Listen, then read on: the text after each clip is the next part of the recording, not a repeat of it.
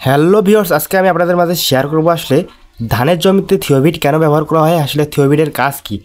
তো সেটা সম্পর্কে আজকে আমি আপনাদের মাঝে বিস্তারিতভাবে আলোচনা করব। তো ভিউয়ার্স, চলুন কথা না বাড়িয়ে মূল ভিডিওতে যাওয়া যাক। তো ভিউয়ার্স, থিওভিট একটি জনপ্রিয় কীটনাশক এবং ছত্রাকনাশক যা মূলত সালফার ভিত্তিক পণ্য।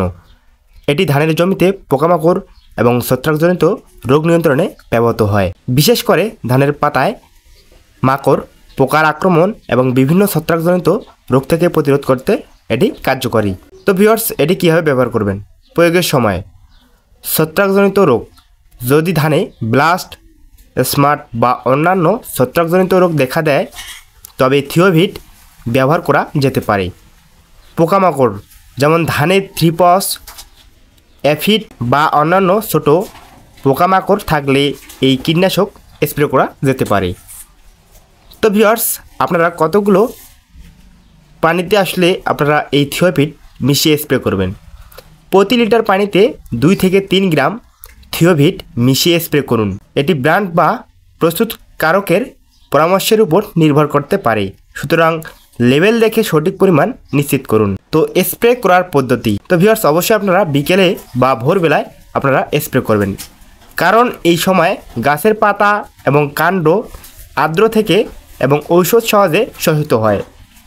গাছের সব অংশে স্প্রে করতে হবে, বিশেষ করে পাতা এবং কাণ্ডের নিচের অংশে যেখানে রোগ বা কীটপতঙ্গ বেশি থাকতে পারে। স্প্রে করার পর কিছু সময়ের জন্য বৃষ্টি এড়িয়ে চলুন, যাতে স্প্রে করা ওষুধটি পুরোপুরি শোষিত হয়। তো ভিউয়ার্স, অবশ্যই আপনারা এই সময়টিতে এটি স্প্রে করবেন। ফ্রিকোয়েন্সি 2 থেকে 3 সপ্তাহ পর পর প্রয়োগ করা যেতে পারে। যদি পুনরায় কীট বা রোগের লক্ষণ দেখা যায়। থিওভিট কী কাজ করে? ছত্রাকনাশক হিসেবে থিওভিট ছত্রাকজনিত রোগগুলো যেমন ব্লাস্ট, স্মার্ট, পাতায় কালচে দাগ পড়া ও বিভিন্ন ফাঙ্গাল ইনফেকশন থেকে ধানকে রক্ষা করে।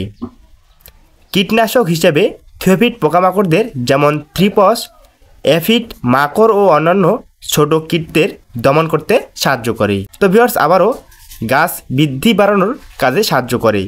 থিওভিট গাছের পাতা ও কাণ্ডের পুষ্টি শোষণ ক্ষমতা উন্নত করে, ফলে গাছের শক্তি বৃদ্ধি পায় এবং রোগের বিরুদ্ধে প্রতিরোধ ক্ষমতা বৃদ্ধি পায়। প্রাকৃতিক সুরক্ষা, থিওভিট প্রাকৃতিক উপাদান সালফার এবং তৈরি হওয়া এটি পরিবেশ এবং মানুষের জন্য কম ক্ষতিকর। তো ভিউয়ার্স, এটার সতর্কতা সম্পর্কে আমি আপনাদের বলি। ব্যবহারের পর গাছের আশেপাশে গাঢ় সানশাইন থাকলে কিছু সময় অপেক্ষা করুন, কারণ সালফার সূর্যের প্রভাবে গাছের পাতা পুড়ে দিতে পারে। প্রয়োগের সময় অবশ্যই গ্লোভস এবং মাস্ক ব্যবহার করুন, কারণ এটি ত্বক ও শ্বাসযন্ত্রে জ্বালা সৃষ্টি করতে পারে। এটি একটি কার্যকরী রাসায়নিক যা সঠিক নিয়মে ব্যবহার করলে ধানের জমিতে রোগ বা কীটপতঙ্গের আক্রমণ থেকে রক্ষা করতে সহায়তা করবে এবং ফলন বাড়াতে সাহায্য করবে। তো ভিউয়ার্স, অবশ্যই আপনারা এই ট্রিকগুলো অবলম্বন করবেন, তাহলে আপনারা ধানের অধিক ফলন পেতে পারেন। তো ভিউয়ার্স, এই ছিল আজকের মূল ভিডিও। তো যারা আমাদের ইউটিউব চ্যানেলে নতুন দর্শক, অবশ্যই আমাদের চ্যানেলটি সাবস্ক্রাইব করে আমাদের পাশে থাকবেন, এবং যারা আমাদের ফেসবুক পেজ থেকে দেখতেছেন অবশ্যই আপনারা আমাদের ফেসবুক পেজটি ফলো দিয়ে আমাদের সাথে থাকবেন। তো ভিউয়ার্স, সকলে ভালো থাকবেন, সুস্থ থাকবেন।